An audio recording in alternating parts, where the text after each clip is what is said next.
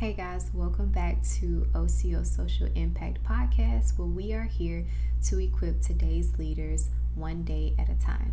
In today's video, we're going to talk about some simple but critical talent acquisition strategies that I believe all nonprofit leaders and social entrepreneurs should incorporate into their hiring processes so that you guys can attract the best talent.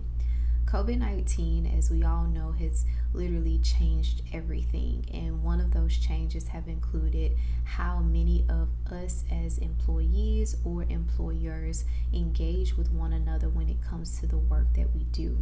We had the Great Resignation that began in 2020 and lasted for several months afterwards, where many employees were leaving their companies without having anything lined up because they were tired of how they were being treated. Some of these included low pay, not enough protective measures for those that were parents or caregivers, lack of flexibility when it comes to hours in office versus hours at home, and so forth.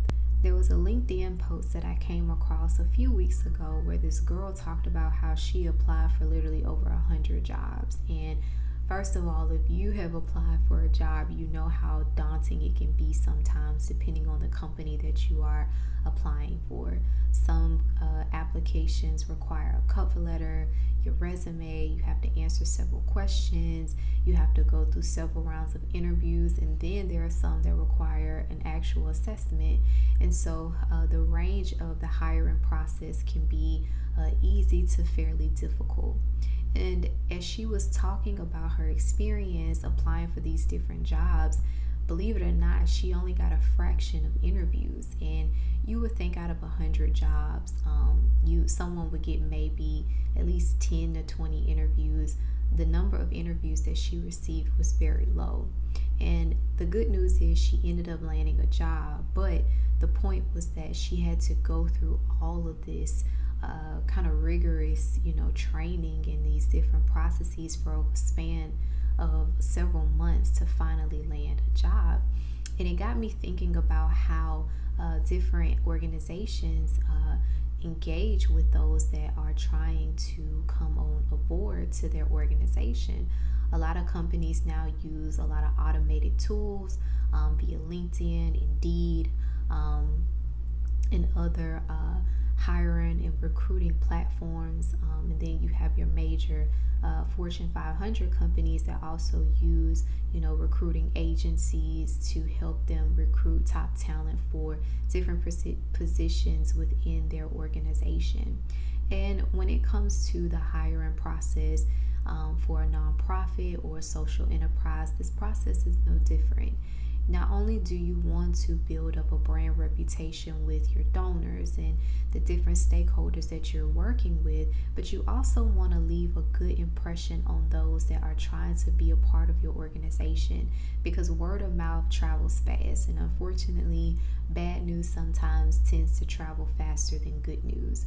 And so when someone is looking to join your organization, for whatever reason, you want to make sure that you leave a good impression, because the first impression is always the last impression that people will have of you and of your organization. So let's talk about some tips and strategies that I thought about when it comes to engaging with the candidate process of hiring and onboarding.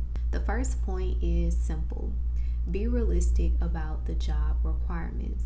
There are some organizations that have all of these things that they are looking for within a candidate. And if we're being honest, you will never have the perfect candidate.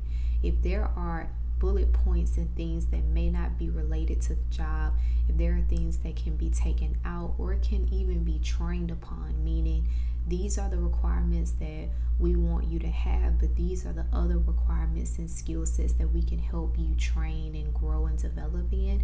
Be clear about that in the job description. Job descriptions can look very intimidating when someone is looking through and trying to understand if they're a good fit or not. And I think that being more inclusive with the writing and the language for different job descriptions can really put a lot of candidates at ease and can also bring a little more clarity about if they qualify for the position or not. There have been several interview panels that I have been a part of and hiring committees where the job description was so daunting and confusing that there were people that probably shouldn't have applied that applied because they thought that they were actually qualified for the job.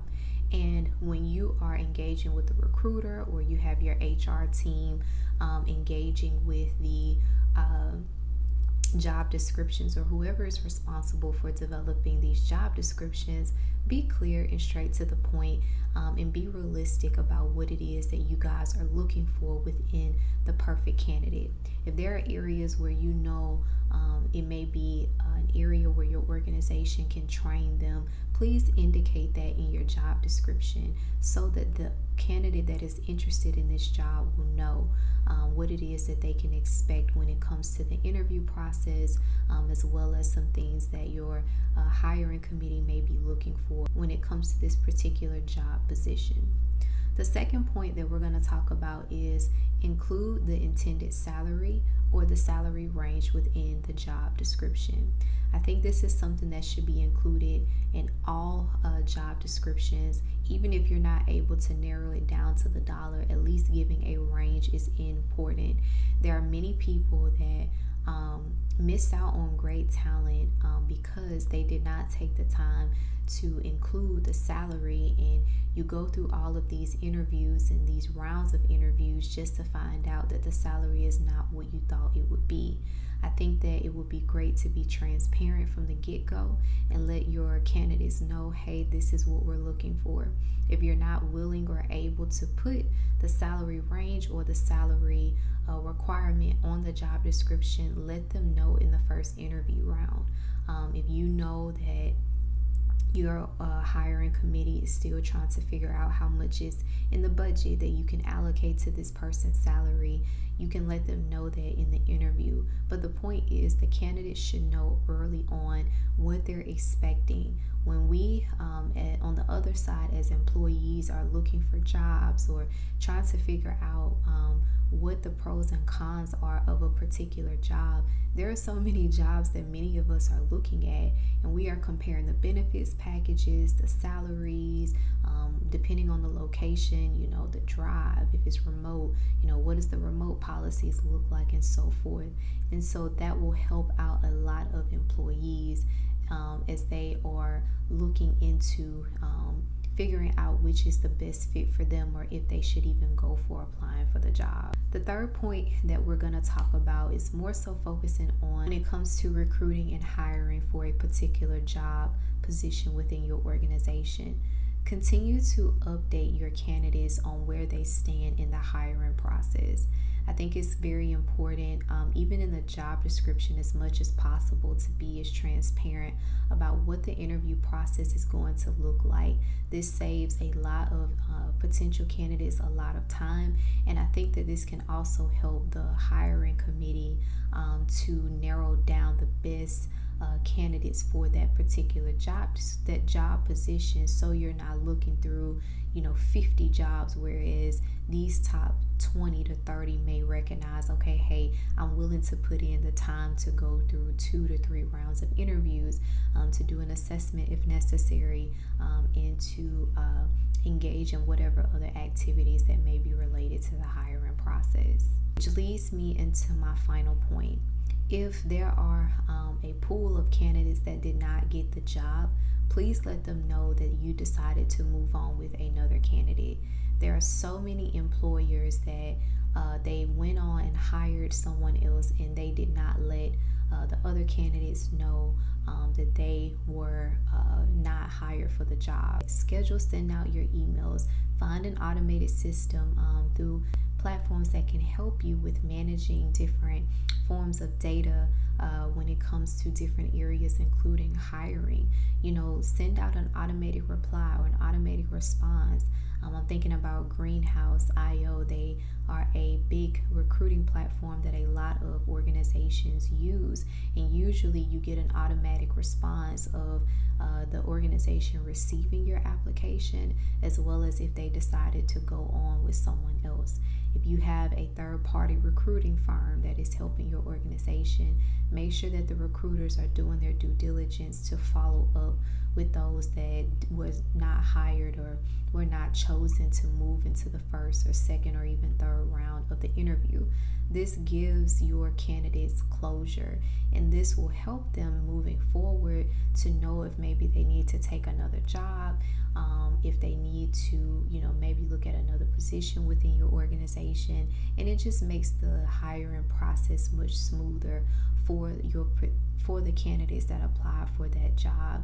I remember when I was looking for my first job out of grad school, there was a job that I really wanted, and I really wanted to work with this company. I felt like I was a great fit for it, but there was some areas where they were looking for a little more technical expertise that I didn't necessarily have. Basically, I ended up getting 2 offers. In this third company, which I really wanted, I had kind of been waiting around to see if I would hear back, and they actually told me that I would hear back whether I got the position or not. What they decided to do. I emailed the person that was on the interview committee, and literally it took her 3 weeks to respond. And I understand that people are busy, but she finally told me that they had went with someone else weeks ago. And I was like, well, why didn't you just, tell me that? Like, just let me know, because I'm over here, trying to figure out what job I want to go with. If you guys reach out and say, hey, Miss Jaylee, we want to move forward with you, then that will help me make a more definitive decision. So don't leave your candidates in the dark. It takes 5 minutes to create an automatic, message. If you work with a recruiting platform or a digital platform that kind of helps you manage the hiring process, there should be and usually there is some area within the system where you can create automatic replies and just send them out and say, hey, we've decided to move forward with another candidate, or we did not decide to move forward with you for this round of interviews. So these are 4 simple but critical strategies that I know will make the hiring process much easier for the employers, but will also give your candidates a peace of mind as they are engaging with your company. And as you are engaging with these different candidates, when you are clear and straight to the point, that is when you typically hire the top talent for whatever position that you're looking for. And again, unfortunately, bad news spreads quicker than good news. And so when people say, hey, I may have not gotten the position, but I had a wonderful hiring experience with this company, that is another way to market where you can, through word of mouth, your brand or your organization can attract more talent, because you guys take the time to steward those that are potentially trying to work with your organization. So please like, please share, please subscribe, and engage with the content through my YouTube channel. We also have these videos on video podcast formats through Spotify as well as Apple Podcasts. I upload weekly via YouTube, and I also will start back uploading weekly via TikTok. All of my handles are the same, OCO Social Impact Podcast. If you guys have any questions or comments or anything you'd like me to address, please let me know. And until next time, try to make the world a better place today.